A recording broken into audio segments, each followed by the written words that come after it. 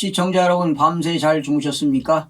경제부동산의 김동수입니다. 2021년 2월 현재 집값이 전국적으로 상승세를 이어가고 있지만 3주 연속 상승폭이 축소되고 있는 상황입니다. 2사 공급대책 발표와 설 연휴의 영향으로 매수세가 위축된 것으로 보입니다. 하지만 집값이 당분간 상승세를 유지하다가 하락할 수밖에 없을 것입니다. 그동안 상승폭이 큰 지역인 강남 4구 등은 가격이 많이 빠질 것으로 예상을 합니다. 그렇다면 다주택자들 입장에서는 하루빨리 처분해야 되지 않겠습니까? 반면 무주택자들은 절대로 서두르면 안 됩니다. 내 집 마련을 할 때는 고점 대비 20%에서 30%가 떨어졌을 때 사는 것이 가장 좋습니다. 앞으로 분명히 빠질 것입니다. 부득이하게 내 집을 마련하실 분은 저평가된 지역을 찾아 발품을 팔아보시는 것도 좋을 것 같습니다. 올 5, 6월 전후로 집값이 하락할 수밖에 없는 요인들이 많습니다. 종합부동산세 강화 및 양도소득세 증가 등 세부담 가중으로 다주택자들의 물량 출회가 이루어지면서 하락 전환이 나타날 수 있습니다. 부동산 가격은 수요 공급 원칙이 적용될 수밖에 없습니다. 매도 물량이 쏟아지는데 매수가 없으면 가격은 하락하게 되어 있습니다. 그동안 호가가 유지된 것은 젊은 세대들의 연끌과 비투로 빚어진 일입니다. 정부의 연이은 고강도 대책에도 불구하고 집값이 좀처럼 안정될 기미를 보이지 않자 지금이 아니면 집을 살 수 없다는 인식이 퍼졌고 그 결과 20대 30대 젊은 수요자들이 대거 매수시장에 뛰어들었습니다. 즉 수요가 공급을 앞지르기 때문에 주택가격이 계속 오른 것입니다. 무능한 정부의 책임이 큽니다. 25번째 부동산 대책을 발표하고도 집값을 안정화시키지 못한 이유는 시장 원리에 맡기지 않고 오로지 규제 정책만으로 일관하다 보니 실타래가 엉망진창으로 엉킨 것입니다. 아마 실타래를 푸는 것도 꽤 오랜 시간이 소요될 것입니다. 문재인 정부에서 고가의 아파트를 소유한 사람들은 더 부자가 되고 전세 사는 사람들은 급등한 전세 가격에 쩔쩔매고 있습니다. 소득 빈부격차 양극화가 갈수록 심해지고 있습니다. 현실을 외면한 부동산 정책은 백전필패임을 깨닫고 규제 해소와 민간의 자율성을 담보로 하는 부동산 정책으로 전환해야 할 것입니다. 어쩌면 정부가 세수 확보를 위해 집값을 올리지 않았나 이런 생각까지 해보게 됩니다. 참으로 아이러니하지요. 세무당국이나 지방자치단체의 세정과에서는 세금 징수에 혈안이 되어 있습니다. 국민들의 속사정은 아랑곳하지 않습니다. 실질 과세를 하는 것이 기본인데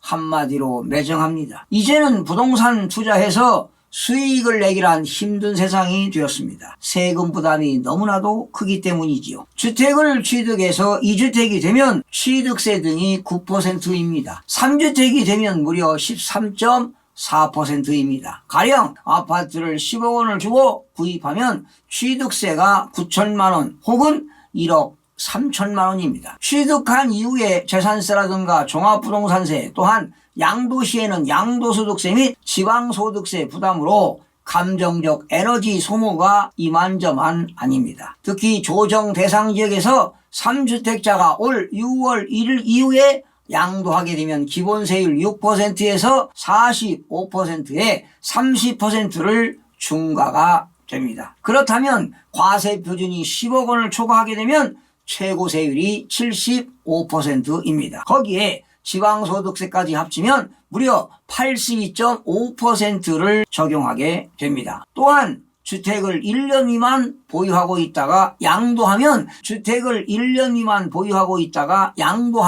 70%의 높은 세율을 적용합니다. 지방소득세까지 합치면 77%입니다. 그러니 누가 양도하겠습니까? 그래서 매도 물건 정체 현상도 나타나는 것입니다. 전국적으로 보면은 우리나라의 조정 대상 지역이 무려 111곳이나 됩니다. 면적은 전 국토의 8.8%에 해당하는 8,800.58km제곱미터이며 조정 대상 지역에 거주하는 국민은 3,633만 명에 달합니다. 감히 이런 생각도 해봅니다. 올 12월 31일까지 조정 대상 지역 다주택자에 대한 양도소득세 중과를 한시적으로 유예해 주택 매물을 시장으로 유도하고 집값을 안정화하기 위해 조세특례제한법 일부를 개정시켜 주택 매물을 시장으로 유인해 거래를 활성화하고 천정부지로 오르고 있는 집값을 잡는 방안도 조심스럽게 제안해 봅니다. 물론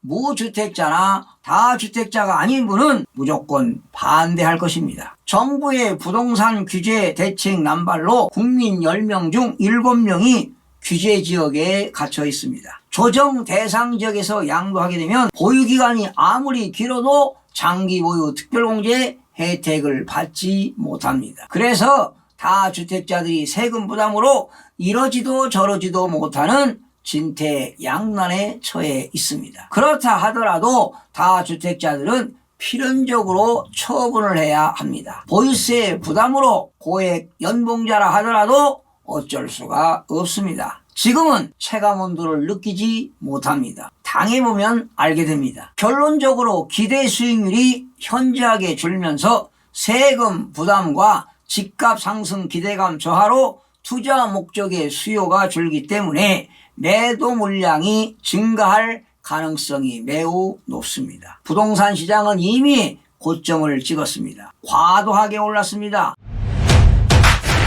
사실 실물 경제까지 안 좋은데 집값이 올라가는 것도 비정상적입니다. 그간 저금리 기조와 갈 곳 없는 풍부한 유동성 자금의 증가, 그리고 주택 공급의 부족, 수급 불일치, 해외 자본 유입 등이 영향이 컸습니다. 가계부채가 무려 1,700조입니다. 시한폭탄을 안고 있습니다. 금리가 인상되면 주택시장은 초토화될 것이 뻔합니다. 현재 상태로는 거래량이 급감하고 있다는 것은 집값 하락의 신호입니다. 심지어 전통적인 학군 수혜 지역인 강남 대치동과 목동과 중계동 등 전세 거래도 급감하고 있습니다. 앞으로 매도 물량이 쌓이면 가격은 불보듯 뻔합니다. 강남구 대치동 대치 아이파크 아파트를 분석해 보겠습니다. 2008년 6월에 입주한 아파트인데요.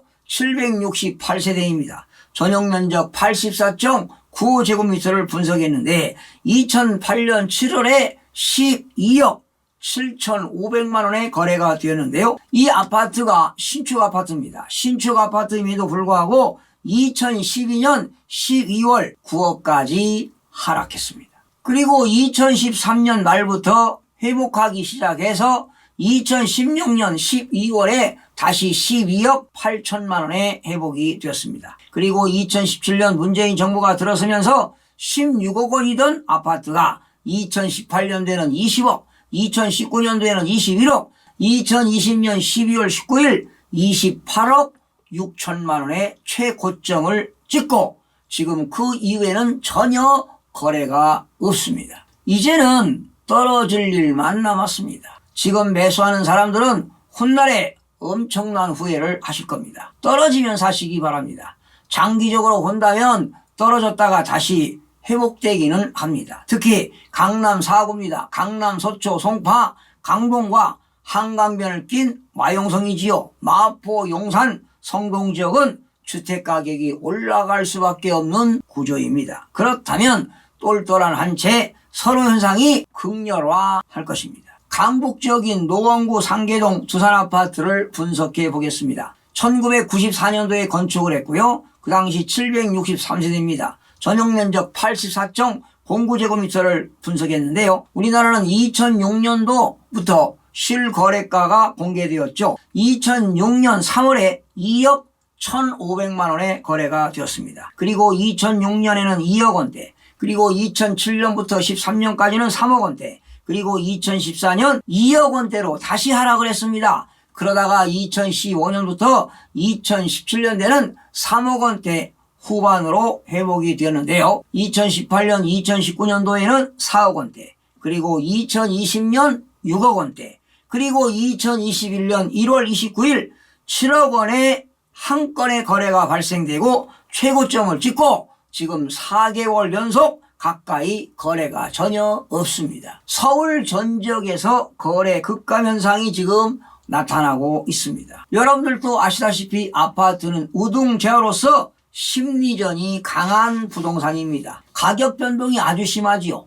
서울의 5분위 아파트 평균 매매가는 문재인 정부 출범 당시 10억 848만 원에서 지난달 18억 2590만 원으로 8억 1742만 원이나 껑충 뛰었습니다. 올라도 과분하게 올랐습니다. 부동산 경기 변동을 보게 되면 침체기가 있고 침체기를 거쳐서 하락기, 하락기를 거쳐서 회복기, 그리고 상승기가 있는데요. 지금은 상승기 절정인 최고점에 달았다고 보시면 됩니다. 이제는 침체기를 거쳐서 하락기를 맞이하게 될 것입니다. 거시적으로 본다면 인구 감소와 고령화로 생산 가능 인구가 갈수록 줄어듭니다. 또한 경제 성장률 둔화와 지금의 저금리 상황이 계속되지 않고 기준금리 인상으로 과거처럼 집값이 크게 상승하기는 어렵습니다. 한국은행은 2020년 5월 기준금리를 0.5%로 인하한 후 지금 오랜 기간 유지하고 있지만 시중은행 대출금리는 2020년 8월 이후 지금 계속 오르고 있어 금융 소비자들의 이자 부담은 지금 계속 늘어나고 있습니다. 물가 상승으로 인플레이션이 발생하면 금리는 상승할 수밖에 없습니다. 기준금리가 올라가게 되면 부동산 시장은 폭망입니다. 다주택자 중에는 노후계층이 상당히 많습니다. 소득은 한정되어 있는데 집을 여러 채 가지고 있다 보니 세금 부담으로 안정적인 생활 유지가 어려워 많은 고통이 수반될 것입니다. 안정적인 현금 흐름 확보를 위해서는 합리적인 의사결정을 해야 합니다. 하루빨리 처분하는 것이 상책입니다. 무주택자들은 불안감이 들어도 매수해서는 절대로 안 됩니다. 불안 심리에 쫓겨 사는 것은 절대 좋은 방법이 아닙니다. 최근 아파트 거래량이 급감하고 있습니다. 거래량이 감소한다는 것은 매수세가 없다는 것 아니겠습니까? 앞으로 주택시장은 매수자 우위시장이 될 것입니다. 수도권 지역에서 지금 가격이 상승하는 이유로는 교통망 확충 및 그리고 재건축 기대감이 있거나 저평가 인식이 있는 지역입니다. 전국에서 세종시가 최고로 많이 올랐죠. 이미 세종시도 최고점을 찍고 높은 매물 호가로 피로감이 누적되면서 거래가 전혀 발생하지 않고 있습니다. 이미 침체기에 진입했다는 신호탄입니다. 반드시 거품은 빠지게 되어 있습니다. 무주택자들은 기다렸다가 거품이 많이 빠지면 매수 타이밍을 잡으시기 바랍니다. 시청해주신 여러분 고맙습니다. 최선을 다하겠습니다.